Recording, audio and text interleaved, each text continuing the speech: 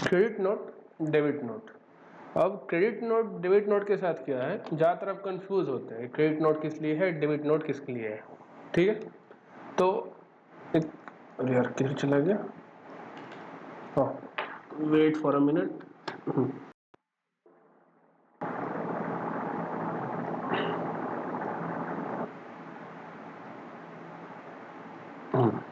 तो debit note, credit note. अब क्योंकि आप कंफ्यूज होते हैं कि क्रेडिट नोट कब होगा, डेबिट नोट कब होगा, तो उसके लिए एक सिंपल ट्रिक है। ठीक है, सिंपली समझिएगा।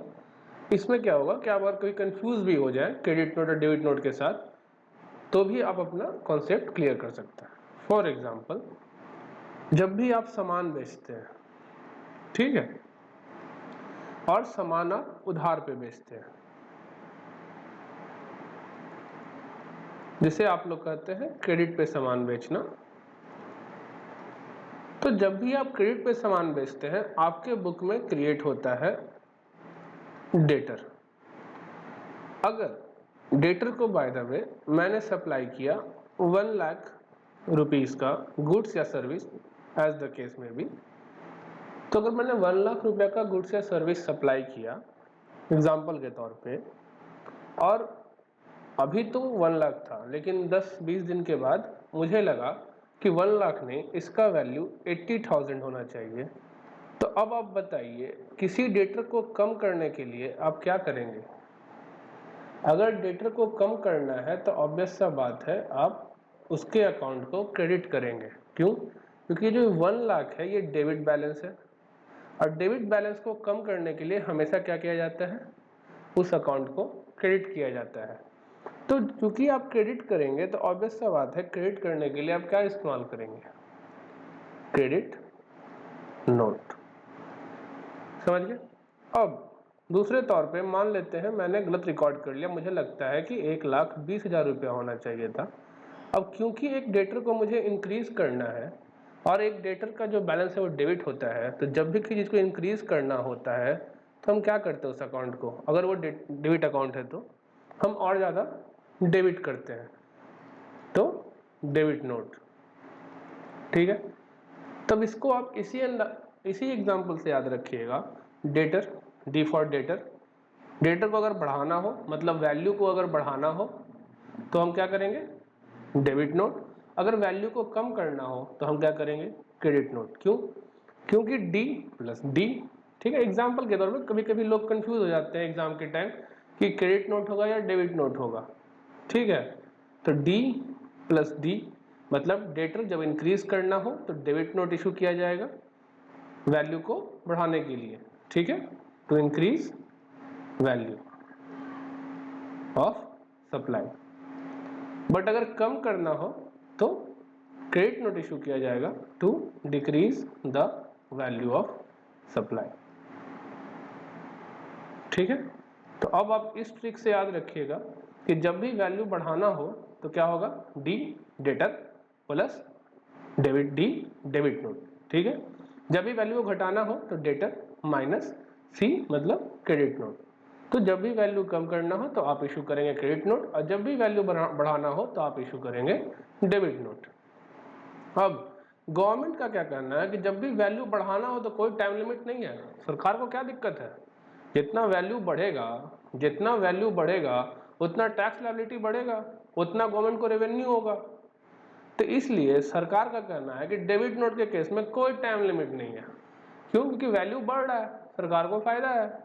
लेकिन क्रेडिट नोट के लिए गवर्नमेंट ने एक टाइम लिमिट सेट कर रखा है कि इसके बियॉन्ड आप क्रेडिट नोट नहीं इशू कर पाएंगे। हाँ, आप अकाउंटिंग क्रेडिट नोट इशू कर सकते हैं जो अकाउंट्स में यूज होता है, तो गुड्स रिटर्न हो गया आपको, ठीक है, या फिर गुड्स का वैल्यू आपने गलत लिया था, जो भी था, आप अकाउंटिंग क्रेडिट नोट इशू कर सकते हैं।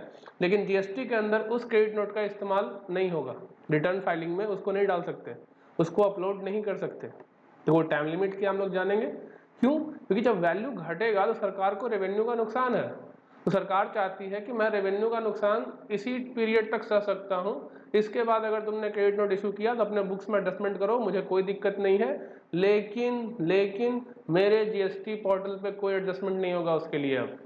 ठीक है, तो क्या ध्यान रखना है हमें कि डेबिट नोट का कोई टाइम लिमिट नहीं है, बट क्रेडिट नोट के लिए एक टाइम लिमिट है जीएसटी के अंदर, अकाउंटिंग के अंदर नहीं है, ठीक है। जीएसटी के अंदर क्रेडिट नोट के लिए टाइम लिमिट है। अब ये जो क्रेडिट और डेबिट नोट है आप अकाउंट्स में भी पढ़े होंगे, लेकिन अकाउंट से इसमें डिफरेंस है। क्या डिफरेंस है?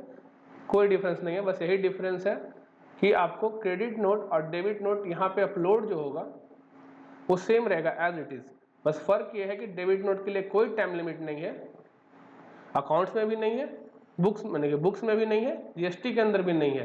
लेकिन क्रेडिट नोट के केस में टाइम लिमिट है इशू करने का जीएसटी के अंदर, पर बुक्स ऑफ अकाउंट में आप कर सकते हैं beyond that time limit also, ठीक है। अब आते हैं हम लोग एनालिसिस पार्ट पे। Issuance of credit note, credit note किन केसेस में आप इशू करेंगे? तो आपको बताया गया है अंडर द फॉलोइंग सर्कमस्टांसेस, मतलब वैल्यू ऑफ सप्लाई को कम करने के लिए, क्रेडिट नोट का इशू कब कर सकते हैं आप? तो वो बताया गया है कब कर सकते हैं। अगर सप्लायर ने बहुत ज़्यादा वैल्यू डिक्लेयर कर दिया है गलती से, जबकि उसका वैल्यू कम होना चाहिए था, उस केस में, ठीक है। Supplier has erroneously declared and charged a high tax rate or tax amount than what the actually applicable and required to be charged for the said supply of goods or service। कहने का मतलब charge करना था 12% से, आपने charge किया दिया 18% से, ठीक है। तो वहां भी आपका क्रेडिट नोट ही काम देगा, समझ गए। The good supplied are return by the recipient, return के केस में ऑब्वियस सा बात है, अकाउंटिंग के अंदर जो हम पढ़ते हैं वो यही चीज है, सेल रिटर्न सिर्फ, ठीक है। बट यहाँ पर सिर्फ सेल रिटर्न नहीं कवर किया गया, यहाँ पर वो दो चीजें भी हैं जो अकाउंटिंग से अलग है। कौन सी? आपने गलत वैल्यू डिक्लेयर कर दिया, आपने गलत टैक्स रेट चार्ज कर दिया, और सेल रिटर्न के केस में तो ऑब्वियस सा बात है, वैल्यू क्योंकि कम हो जाएगा तो उस केस में आपको क्रेडिट नोट इशू करना अलाउ है। The quality of goods or service or both supplied is not satisfaction of recipient, obvious सा बात है, क्वालिटी अच्छी नहीं था तो उसने कहा दाम कम करो। वही जो ऊपर एग्जांपल था कि मैंने 1 लाख का सप्लाई किया था, लेकिन उसका कहना है कि भाई इस सामान का मैं 80,000 ही दे सकता हूँ, तो इस केस में क्रेडिट नोट, समझ गए। Any other similar reason. अब in order to regularize this kind of situation, the supplier is allowed to issue a document called a credit note to the recipient। मतलब डेटर के amount को कम करने के लिए credit note, अब ऐसा बात है, समझ गए। बाय द वे आपने कैश सेल भी किया हो, अब आपको कैश सेल ही किया हो, लेकिन आपको अब क्या है कि अब तो कैश सेल कर दिया, डेटर भी नहीं है, कोई बात नहीं, लेकिन क्योंकि मेरा सेल तो कम है ना, वैल्यू कम है और मेरा सेल ज़्यादा डिक्लेयर है, तो उस केस में भी क्रेडिट नोट इशू किया जाता है, ठीक है, अपने टर्नओवर को कम करने के लिए। तो क्रेडिट नोट का बेसिकली यूज क्या है? टर्नओवर को कम करना, ठीक है, टर्नओवर को कम करना, टैक्स लायबिलिटी को कम करना, समझ गए। Once the credit note has been issued, the tax liability of supplier will reduce. Obvious सा बात है, जैसे आप क्रेडिट नोट इशू करोगे ना तो आपका टैक्स लायबिलिटी कम जाएगा। जीएसटीआर 1 के अंदर क्या होता है कि जैसे ही आप टैक्स क्रेडिट नोट इशू करोगे, बाद में आपका टैक्स लायबिलिटी आ रहा हो पहले 100 रुपया, ठीक है, और आपने क्रेडिट नोट अपलोड कर दिया जिसमें आपने 20 रुपये कर दिया क्रेडिट नोट के तौर पे, तो अब आपका टैक्स लायबिलिटी ही 80-80 हो जाएगा। आया समझ में? तो क्रेडिट नोट जब आप इशू करते हो तो आपका टैक्स लायबिलिटी ऑटोमेटिकली जीएसटीआर 1 में रिड्यूस हो जाता है। लेकिन ध्यान देना एक चीज़, ये काफ़ी प्रैक्टिकल प्रॉब्लम मेरे को आया था। क्या हुआ था, मैंने CGST और SGST में क्रेडिट नोट इशू किया था, ठीक है, बट वो IGST के लायबिलिटी को नहीं कम करता है, ये ध्यान रखना। CGST और SGST का क्रेडिट नोट IGST के लायबिलिटी को कम नहीं करता। तो प्रैक्टिकल सिनेरियो में जब आओगे तो आपको वो प्रॉब्लम मिल जाएगा। तो क्रेडिट नोट पे एक चीज़ ध्यान रखना है आपको, जब भी क्रेडिट नोट इशू करोगे तो अपना रिस्पेक्टिव हेड के अंदर ही रिवर्सल करता है, ना कि दूसरे टैक्स हेड के अंदर, ठीक है। Simultaneously, whenever a credit note is consonance with the provision of Section 34 of the CGST Act is issued reducing the liability of GST by the supplier, the corresponding reduction in input tax credit is investigate at the recipient end। और वैसा बात है, आपका liability घट जाएगा और recipient का क्या हो जाएगा? ITC रिवर्सल करना पड़ेगा, रिड्यूस करना पड़ेगा। अगर ITC है उसके पास, बाय द वे कहने के एग्जांपल के तौर पे उसके पास 100 रुपये का इनपुट टैक्स क्रेडिट था, तो उस केस में 20 रुपया घट के उसके पास एलिजिबल ITC 80-80 बचेगा। लेकिन अगर किसी कारण से ये है ही नहीं तो उस केस में क्या होगा? 20 रुपये का उसे रिवर्सल करना पड़ेगा। समझ में आ गया? The credit note is a convenient and legal method by which the value of goods or service in the original tax invoice can be amended or revised. The issuance of credit note easily allows supplier to decrease his tax liability in his return without assuring him to undertake any tedious process of refund. कहने का मतलब अब refund के process में जाने से अच्छा है कि आप क्रेडिट नोट के थ्रू ही अपना टैक्स लायबिलिटी कम कर लीजिए, इससे इजी पड़ता है। आप रिफंड प्रोसेस में भी जा सकते हैं, अगर एक्सेस टैक्स पे कर दिया तो उसके लिए रिफंड भी है, आगे आएगा चैप्टर तो वहाँ देखोगे। अगर आप टैक्स ज़्यादा पे कर देते हैं तो आप रिफंड के लिए एप्लीकेशन फाइल कर सकते हैं, वो भी केस है, ठीक है। Provided that where one or more tax invoices have been issued for supply of any goods or service or both, and the taxable value or tax charge in that those invoices is found to exceed the taxable value or tax benefit of such supply, or where the goods supplied are returned by the recipient, और where जो ऊपर आपका condition लिखा वही सब लिखा हुआ है, ठीक है। One or more credit note for supply made in a financial year containing the prescribed particulars, कोई मतलब नहीं है। अब यहाँ पे आते हैं, ये क्या है, ये है सेकेंडरी डिस्काउंट। सेकेंडरी डिस्काउंट आपको बताया था मैंने, वो डिस्काउंट जो at a time of agreement नहीं था, एग्जिस्ट नहीं करता था, इनवॉइस उस बारे में दिया नहीं गया था कोई चीज़, सेकेंडरी डिस्काउंट, ठीक है। फॉर एग्जांपल मैंने 1 लाख का उधार पे सामान बेचा, कोई कंडीशन नहीं था कि आपको मैं अगर आप पेमेंट ऐसे वैसे करोगे तो मैं आपको डिस्काउंट दूंगा, कुछ नहीं था, ठीक है। पर उस इंसान ने 10 दिन बाद मुझे इन कैश पूरा पेमेंट करने आया और उसने कहा कि सर मैं आपको 1 लाख नहीं 95,000 दूंगा। मैंने सोचा जो आ रहा है आने दो, मैंने 95,000 ले लिया, ठीक है। इसे कहते हैं सेकेंडरी डिस्काउंट, जहाँ पे प्राइमरली कोई कंडीशन एग्जिस्ट नहीं कर रहा था डिस्काउंट का, या डिस्काउंट एज इट इज पहले से ही दिया नहीं गया था, ठीक है। तो उस केस में कहा गया है, it is important to note that credit note are not permitted to be issued in case of secondary discount. आप सेकेंडरी डिस्काउंट के केस में क्रेडिट नोट नहीं इशू कर सकते। तो सेकेंडरी डिस्काउंट तो आपका जब वैल्यू ऑफ सप्लाई आपने जब पढ़ा होगा तो आपने देखा होगा कि सेकेंडरी डिस्काउंट वहाँ भी लेस नहीं होता वैल्यू ऑफ सप्लाई में, ठीक है। आप अकाउंटिंग क्रेडिट नोट इशू कर सकते हो, लेकिन वो क्रेडिट नोट जीएसटी पे अपलोड नहीं होगा। कहने का सिंपल मतलब ये है कि जीएसटी पे अपलोड नहीं होगा, आपके टैक्स लायबिलिटी को कम करने के लिए जीएसटी पे आप उसको अपलोड नहीं करिएगा। आप चाहें तो अकाउंटिंग क्रेडिट नोट इशू कर सकते हैं, कोई दिक्कत नहीं, मैंने बुक्स ऑफ अकाउंट में क्रेडिट नोट इशू कर सकते हैं, बट इस क्रेडिट नोट को आप क्या नहीं करिएगा, अपलोड नहीं करिएगा। सेकेंडरी डिस्काउंट ऐसे भी अलाउ नहीं था वैल्यू ऑफ सप्लाई में, वैल्यू ऑफ सप्लाई को कम करने के लिए, ठीक है। अब क्योंकि क्रेडिट नोट तभी इशू करना जब वैल्यू ऑफ सप्लाई कम हो, सेल रिटर्न हो, या टैक्स ज़्यादा चार्ज कर लिया हो। ऊपर हमने केसेस देखा था, समझ में आ गया। However, supplier can issue financial commercial credit note, वही accounting credit note, financial credit note to reduce the value of supply paid by the recipient to the supplier. The tax liability of supplier is not reduced. उस secondary discount के case में tax liability reduce नहीं होगा। तो मतलब जो primary discount था उस केस में आप क्या होता है, वैसे आपने कॉन्ट्रैक्ट किया, ठीक है, और आपने एग्रीमेंट था कि अगर आपने पेमेंट 10 दिन में कर दिया तो आपको 95,000 ही देना पड़ेगा। लेकिन क्योंकि आप बाय द वे आपका वो जो था मान लीजिए 31 तारीख था किसी मंथ का, या 30 तारीख तक किसी मंथ का लास्ट डेट था, ठीक है। अब तो आपको जीएसटी दिखाना है क्योंकि आपने एक सप्लाई कर दिया है उसी मंथ में, तो वहाँ पे तो वैल्यू आपने 1 लाख लिया हुआ जीएसटीआर 1 में अपलोड करने के टाइम, क्या लिया होगा वैल्यू 1 लाख, ठीक है। लेकिन क्योंकि बाद में उस बंदे ने 10 दिन के अंदर पे कर दिया, पर वो पेमेंट जो है दूसरे टैक्स पीरियड में पड़ गया और पेमेंट जो है 5,000 कम किया गया, क्योंकि एग्रीमेंट एग्जिस्ट करता था। तो वैल्यू ऑफ सप्लाई के अंदर ये बोला गया है कि अगर एग्रीमेंट एग्जिस्ट करता है तो वो डिस्काउंट टैक्सेबल वैल्यू में कम हो जाएगा। तो इसका मतलब मैंने वैल्यू एक्सेस डिक्लेयर कर दिया है जीएसटीआर 1 में, तो अब मैं क्या करूंगा, उस केस में मैं क्रेडिट नोट इशू कर सकता हूं। मतलब प्राइमरी डिस्काउंट के केस में क्रेडिट नोट इशू किया जा सकता है, बट सेकेंडरी डिस्काउंट वैसा डिस्काउंट के लिए एग्रीमेंट एग्जिस्ट नहीं करता था, ठीक है, वैसे डिस्काउंट के लिए आप नहीं क्लेम कर, वैसे डिस्काउंट के लिए आप क्रेडिट नोट इशू नहीं कर सकते। समझ में आ गया। अब जहां तक बात है डेबिट नोट, डेबिट नोट क्या होता है, बढ़ाने के लिए D+D बताया था, बढ़ाने के लिए, तो बढ़ाने के लिए डेबिट नोट इशू होता है, ठीक है। हाँ, वो अलग बात है कि छोटे मोटे बिजनेसमैन नहीं करते, पर बड़े बिजनेसेस को ये पूरा कंप्लाई करना पड़ता है, इसलिए उनके लिए डेबिट नोट है, ठीक है। छोटे मोटे बिजनेस के लिए तो बस क्रेडिट नोट उसको पता है, डेबिट नोट पता भी नहीं उसे क्या होता है, ठीक है। तो सर अगर आपने गलती से supplier has erroneously declared a value which is less than, obvious सा बात है आपने एक्चुअल वैल्यू से कम डिक्लेयर कर दिया, तो उस केस में अगर आपने कम टैक्स रेट डिक्लेयर कर दिया उस केस में, और एनी अदर सिमिलर रीजन, समझ गए। डेबिट नोट के केस में भी सेम वही कहानी लिखा गया है, ठीक है, कोई दिक्कत।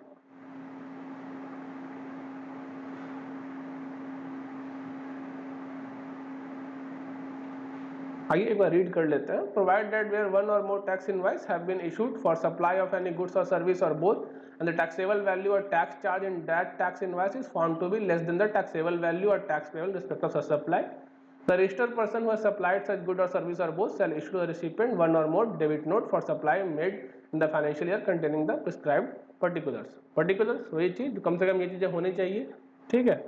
The issuance of debit note supplementary invoice creates additional tax liability, obviously tax liability आपका बढ़ जाएगा। The treatment of debit note supplementary invoice is identical to the treatment of tax invoice as far as return and payment are concerned, ठीक है।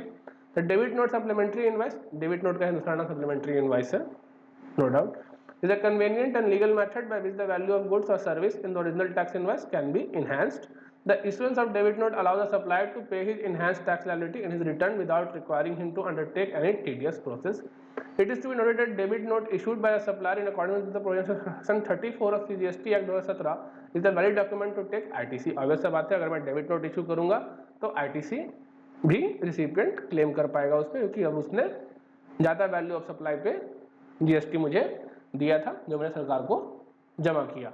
जब ज़्यादा value पे उसने मुझे GST दिया और मैंने जमा किया तो ऑब्वियस बात है उस पर ITC वो ले पाएगा, ठीक है। अब टाइम लिमिट देखिए, क्रेडिट नोट के लिए एक टाइम लिमिट दिया गया है, मतलब क्योंकि आपको वैल्यू कम करना है, सरकार का कहना है कि मैं देखो मेरा रेवेन्यू घट जाएगा अगर तुमने क्रेडिट नोट इशू किया, तो मैं अपने रेवेन्यू घटने का नुकसान यही समय तक सह सकता हूँ, इसके बाद नहीं, इसके बाद नहीं, इसके बाद उस इनवाइस के लिए जो तुमने डिक्लेयर कर दिया GSTR 1 में, उसके लिए क्रेडिट नोट इशू नहीं कर सकते। कब तक करना है, तो कहा गया 30 नवंबर तक कर सकते हो अगले फाइनेंशियल ईयर के। अगर मेरा ओरिजिनल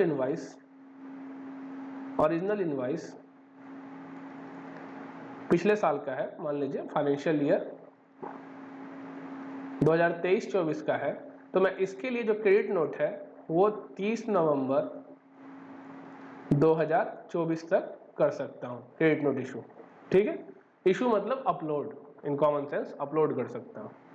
और the date of furnishing of annual return का ड्यू डेट है वो तो 31 दिसंबर है, लेकिन अगर मैंने इसे 30 नवंबर के पहले फाइल कर दिया तो उस केस में जो लास्ट डेट होगा क्रेडिट नोट इशू करने का वो 30 नवंबर के पहले हो सकता है, पर तभी हो सकता है अगर मैंने एनुअल रिटर्न 30 नवंबर के पहले फाइल कर दिया। तो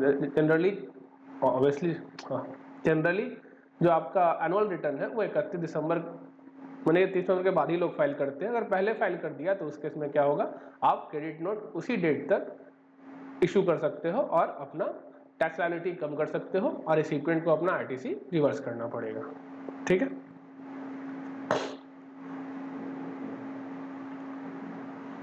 अब देखिए यहां लिखा हुआ The tax liability shall be adjusted in such manner as may be prescribed. However, no reduction in output tax liability of the supplier shall be permitted if the instance of tax and interest on such supply has been passed on to any other person. ठीक है। A single credit note, debit note may also be issued against more than one invoice to increase the tax liability. कहने का मतलब अब ये बहुत सारे credit note debit note issue करने से अच्छा आप single credit note debit note भी इशू कर सकते हो, ठीक है। कम करने के लिए आपको ये परमिटेड है, ठीक है। अब ये है टाइम एक्सपायर मेडिसिन और ड्रग्स। इसके में आपको एक मतलब थोड़ा कॉम्प्लेक्स सिचुएशन था, उसके लिए आपको इसमें क्लियर होने थोड़ा डिटेल में बताया गया है। होता क्या है पहले उसे समझ लेते हैं, बेसिक क्या है समझिए।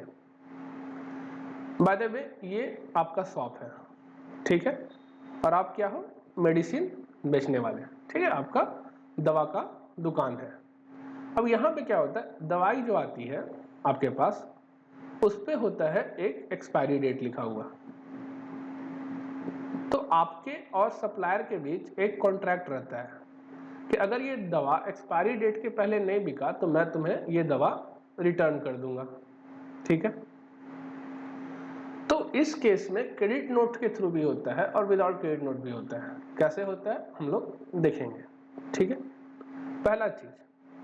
पहला ऑप्शन है return of time expired good to be treated as fresh supply.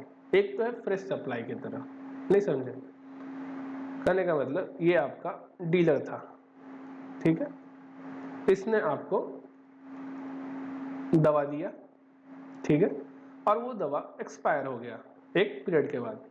तो अब या तो आप इसको as a fresh supply issue कर सकते हो वापस, मतलब कहने का मतलब आपने वापस बेच दिया, आप फिर से इनवॉइस इशू करोगे, आप इस एक्सपायर गुड्स का इनवॉइस इशू करोगे और ये बंदा उसे खरीदेगा। ये एक तरीका तो ये है, ठीक है, ये आपसे खरीदेगा, आपको पैसे तो नहीं देगा, उन्हें आपसे खरीदेगा, ठीक है।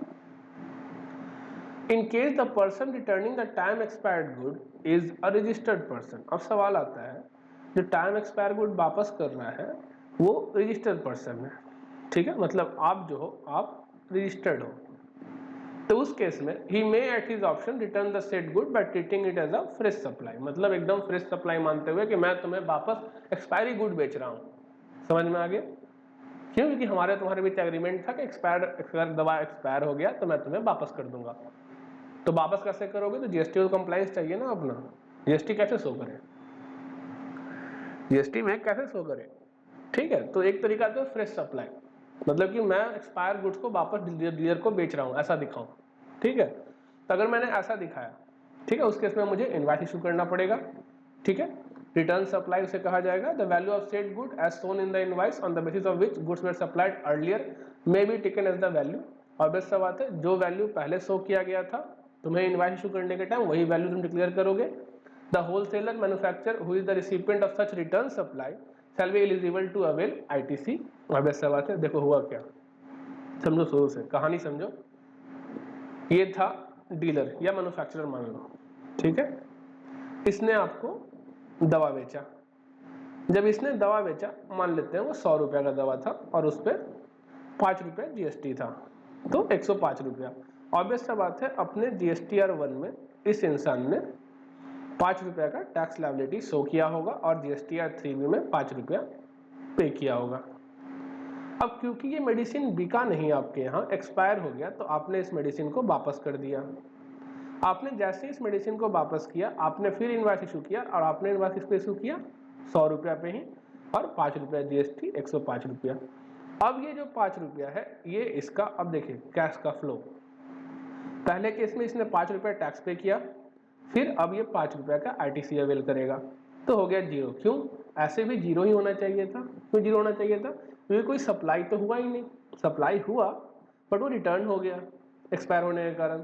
जब रिटर्न हो गया तो आपका टैक्स लायबिलिटी नहीं होना चाहिए था। तो वही चीज कहा गया सरकार द्वारा कि आपने 5 रुपया पहले पे किया, अब आप 5 रुपया आईटीसी अवेल कर लो, काम खत्म, ठीक है। Fresh supply. अगर कंपोजिशन सप्लायर है, कौन? ये मतलब आप अगर कंपोजिशन सप्लायर है तो उस केस में क्या होगा? तो उस केस में आप कोई दिक्कत नहीं, क्योंकि आपने कभी भी आईटीसी अवेल नहीं किया था। ये 5 रुपया जो इसने अपने जीएसटीआर 1 में भरा वो आपने 5 रुपया अवेल किया होगा, ठीक है। क्योंकि आपने कभी भी 5 रुपया आईटीसी अवेल ही नहीं किया तो कोई दिक्कत नहीं है, ठीक है। और ऐसा ही नो आईटीसी, क्योंकि अपने कंपोजिशन सप्लायर है तो आप तो लायबल ही नहीं है आईटीसी ट्रांसफर करने के लिए, क्योंकि आप लायबल नहीं है, एलिजिबल नहीं है, सॉरी लायबल, एलिजिबल नहीं है ना आईटीसी अवेल करने के लिए ना आईटीसी ट्रांसफर करने के लिए, ठीक है। तो उस केस में आप बस एक बिल ऑफ सप्लाई के थ्रू इशू कर देंगे, काम खत्म, ठीक है। N unregistered person he may return the said good bye issuing a commercial document. और वैसा बात है, अगर आप अनरजिस्टर्ड है तो उस केस में सिर्फ और सिर्फ आपको कमर्शियल डॉक्यूमेंट इशू करना है, ठीक है। अब आप कहिएगा इन केसेस में, मैंने इन दोनों केसेस में 5 रुपए तो चले गए, हाँ तो 5 रुपए चले गए, वो वापस नहीं आएंगे, ठीक है, क्योंकि ये आपको आईटीसी देगा नहीं, ठीक है। पहले वाले केस में अगर रजिस्टर्ड है तो उस केस में आपको आईटीसी के रूप में वापस आ जाता है। तो इस केस में तो 5 रुपए गए, सरकार के रेवेन्यू 5 रुपए हो गए, ठीक है। तो हम उसमें नहीं जाएंगे, थोड़ा सा कॉम्प्लेक्स हो जाएगा आपके लिए समझना कैसे 5 रुपए उसके पास चले गए। बस आप इतना समझ लीजिए, अगर आप रजिस्टर्ड पर्सन है तो उस केस में आप फ्रेश सप्लाई के थ्रू कर सकते हैं। आईटीसी जो आप क्योंकि आपने सप्लाई किया वापस एक्सपायर गुड, तो ऑब्वियस सा बात है वो बंदा आईटीसी अवेल कर सकता है, ठीक है। कंपोजिशन सप्लायर के केस में आपको कोई दिक्कत नहीं है, बस अपना बिल ऑफ सप्लाई इशू करिए और बैक कर दीजिए। और अनरजिस्टर्ड पर्सन के केस में जो भी डॉक्यूमेंट इशू करना करे उसको वो इनवॉइस का नाम दे सकता है, कोई दिक्कत नहीं है, ठीक है।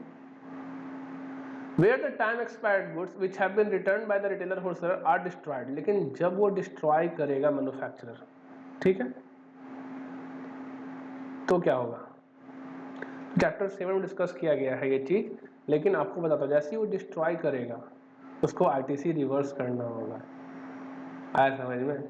जब भी आप टू गुड्स डिस्ट्रॉय करोगे आपको आरटीसी रिवर्स करना होता है। तो पहले तो आरटीसी अवेल कर लेगा, इन दोनों केस में तो डिस्ट्रॉय होगा नहीं, इनके दोनों केस में आरटीसी अवेल ही नहीं किया, फ्रेश सप्लाई के केस में डिस्ट्रॉय करने में कोई दिक्कत नहीं है, कोई आरटीसी अवेल नहीं किया। लेकिन जब इस वाले केस में आएंगे, फर्स्ट वाले केस में जब वो बैक करेगा तो क्योंकि आरटीसी अवेल है तो जो भी आरटीसी है उसको रिवर्स करना पड़ेगा।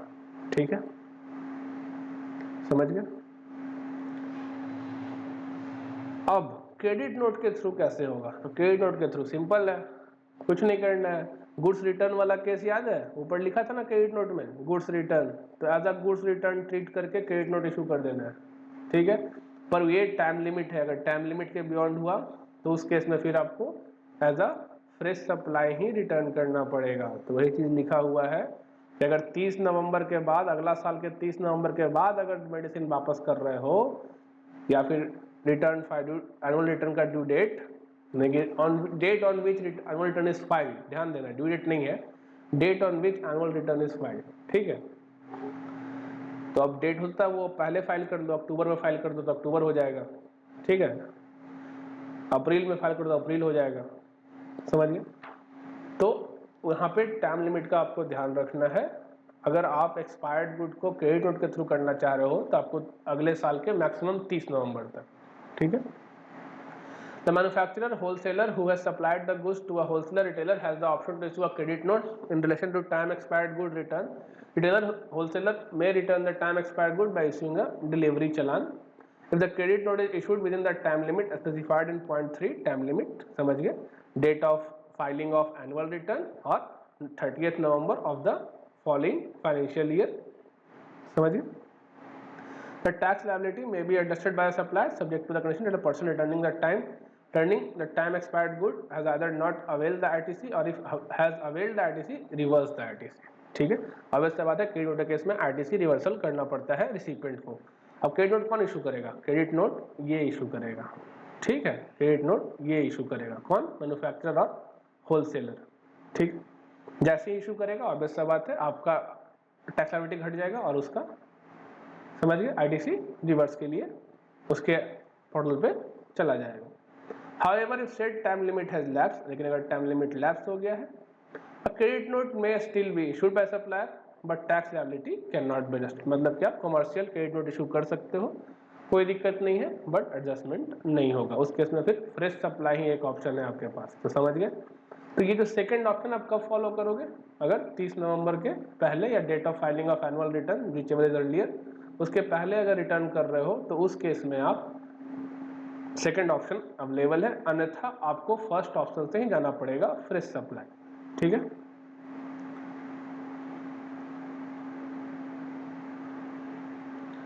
इशू करते भी तो डिक्लेयर नहीं करना है।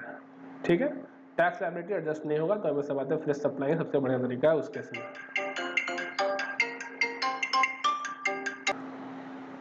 समझ गए? Where such return time expired good are destroyed by the manufacturer, he required to reverse ITC attributable to the manufacturer of such good in terms of section 17(5)(h। और बस सब बात है, डिस्ट्रॉय करने के बाद आपको रिवर्स करना जरूरी है। ठीक है, ये एक एग्जांपल दिया गया है, देखिए सप्लाई था 1/7/2020 को और उसने 20/9/21 को गुड्स रिटर्न कर दिया तो क्रेडिट नोट इशू कर सकता है। ठीक, दूसरा केस है 1/7/20 को लेकिन उसने 20/10/21 को अथी कर दिया। समझ गए?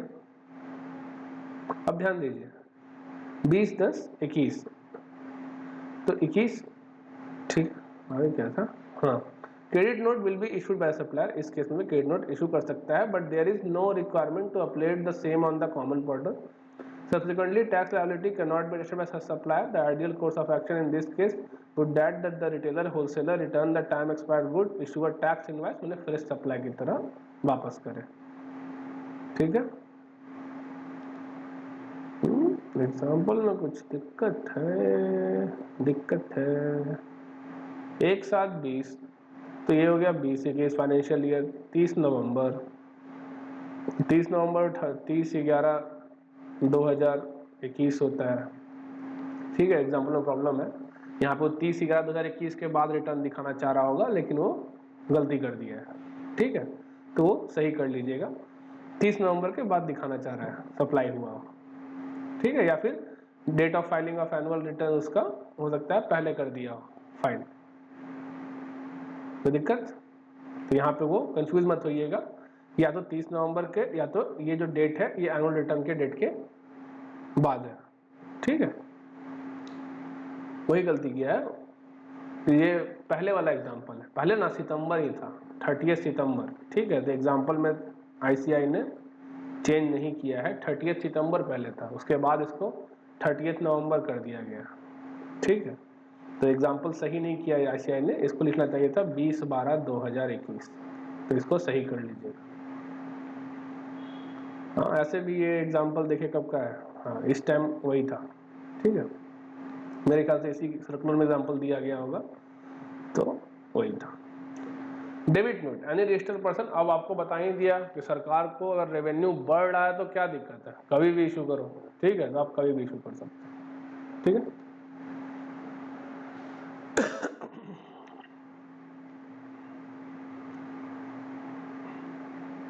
पर्टिकुलर कम से कम ये होना चाहिए डेबिट और क्रेडिट नोट में। अब है provision of unauthorised collection of tax. A person who is not a registered person, अगर आप रजिस्टर्ड नहीं है तो आप कलेक्ट नहीं कर सकते टैक्स, ठीक है। No registered person shall collect tax except in according to the provision of this act और the rules made thereunder. Example के तौर में Rujuta is engaged in providing grooming service, she is not registered under GST law as is turnover below the threshold limit, तो वो collect नहीं कर सकती, obvious सा बात है, ठीक।